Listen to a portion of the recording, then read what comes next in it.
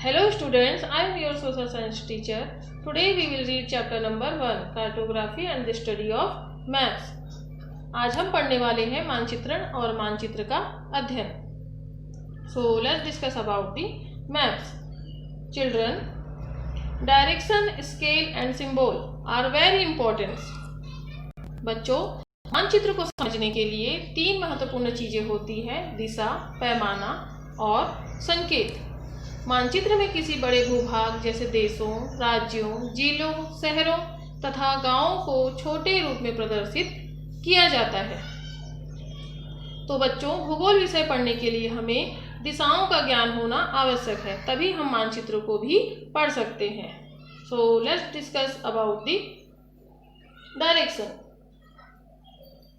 We all know that there are four main directions: north, south, east and west. बच्चों, आपसे यदि पूछा जाए कि पूर्व दिशा किस ओर होगी तो आपका जवाब सूर्योदय के होने की दिशा की ओर होगा.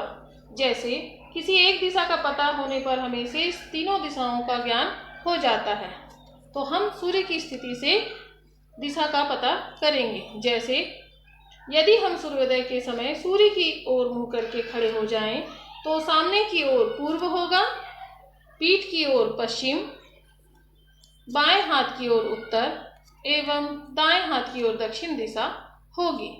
हम दिशाओं का ज्ञान दिक्सूचक यंत्र से भी कर सकते हैं और ध्रुव तारे की स्थिति से भी कर सकते हैं. ध्रुव तारा हमें भौगोलिक उत्तर की दिशा बताता है, क्योंकि यह हमेशा 90 अंश उत्तरी अक्षांश के समकोण पर होता है. अब हम जानेंगे इनके बीच के दिशाओं के बारे में. अभी आपने देखा कि चार दिशाएं होती है: उत्तर, दक्षिण, पूर्व, पश्चिम. इनके बीच में भी दिशाएं होती है, जैसे नॉर्थ ईस्ट के बीच में नॉर्थ ईस्ट, साउथ ईस्ट के बीच में साउथ ईस्ट, और वेस्ट साउथ के बीच में साउथ वेस्ट, और वेस्ट नॉर्थ के बीच में नॉर्थ वेस्ट. इनके बीच बीच की भी दिशाएं होती हैं. अब हम जानेंगे पैमाना. पैमाना means scale. Children, what is scale? A map show a portion of the earth in a very small size on paper. पैमाना क्या होता है? पैमाना मानचित्र पर दो स्थानों के बीच की दूरी तथा धरातल पर उन्हीं दोनों स्थानों के बीच की वास्तविक दूरी का अनुपात होता है. मानचित्र में पैमाने का उपयोग तीन तरह से किया जाता है, जैसे कथनात्मक पैमाना, जिसे हम वर्ड स्टेटमेंट कहते हैं, दूसरा रेखीय पैमाना, लीनियर स्केल, और तीसरा प्रतिनिधि भिन्न, जिसे रिप्रेजेंटेटिव फ्रैक्शन भी कहते हैं. अब हम जानेंगे रूढ़ चिन्हों के बारे में. किसी भी मानचित्र में वस्तुओं के वास्तविक आकार जैसे घर, सड़क, रेल की पटरी आदि को दिखाना संभव नहीं होता है, इसलिए इन्हें चित्र, रंग, अक्षर, रेखा, छाया आदि से दिखाया जाता है, जिन्हें रूढ़ चिन्ह कहा जाता है. जैसे कि आप इस चित्र में देख सकते हैं.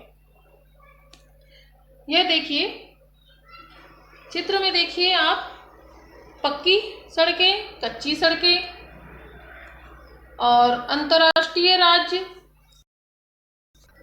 जिला, नदी, कुआं, नहर, पुल, तालाब, मंदिर, गिरजाघर और मस्जिद, पोस्ट ऑफिस और पुलिस स्टेशन, बस्ती, कब्रिस्तान, पेड़ जो हरे हरे दिख रहे हैं, घास इत्यादि को हम रूढ़ चिन्ह कहते हैं. अब जानेंगे मानचित्र के प्रकार के बारे में. कौन कौन से मानचित्र होते हैं? भौतिक, फिजिकल मानचित्र, राजनीतिक मानचित्र और विषयक मानचित्र, पॉलिटिकल मानचित्र और थीमेटिक मानचित्र.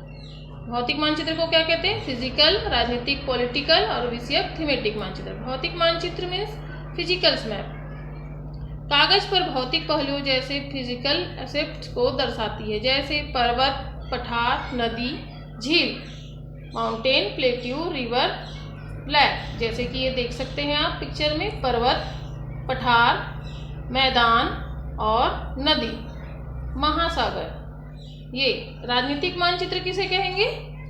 राजनीतिक मानचित्र, जिसे पॉलिटिकल मैप कहा जाता है, कागज पर राजनीतिक पहलुओं जैसे शहर, राज्य, देश, सीमा, सीमांत सिटी, स्टेट, कंट्री, बाउंड्री और फ्रंटियर इसे दर्शाती है।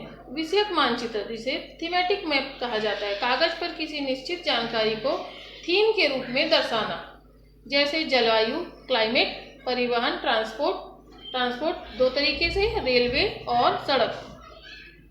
थीमेटिक मानचित्र कृषि, उद्योग, वन्य जीवन, संसाधन और जनसंख्या इसे दर्शाती है। तो बच्चों, मानचित्र को समझने के लिए 3 महत्वपूर्ण चीजें हमने देखी, दिशा, पैमाना और संकेत। तो आज हमने मानचित्रण और मानचित्र का अध्ययन किया। अब इसके बाद हम और भी वीडियो में ऑनलाइन के जरिए आपको आगे के चैप्टर के बारे में इसी तरीके से बताएंगे। तो आप लोग इस वीडियो को घर पर एक बार रिवाइज कीजिए। तब तक के लिए स्टे होम, स्टे सेफ।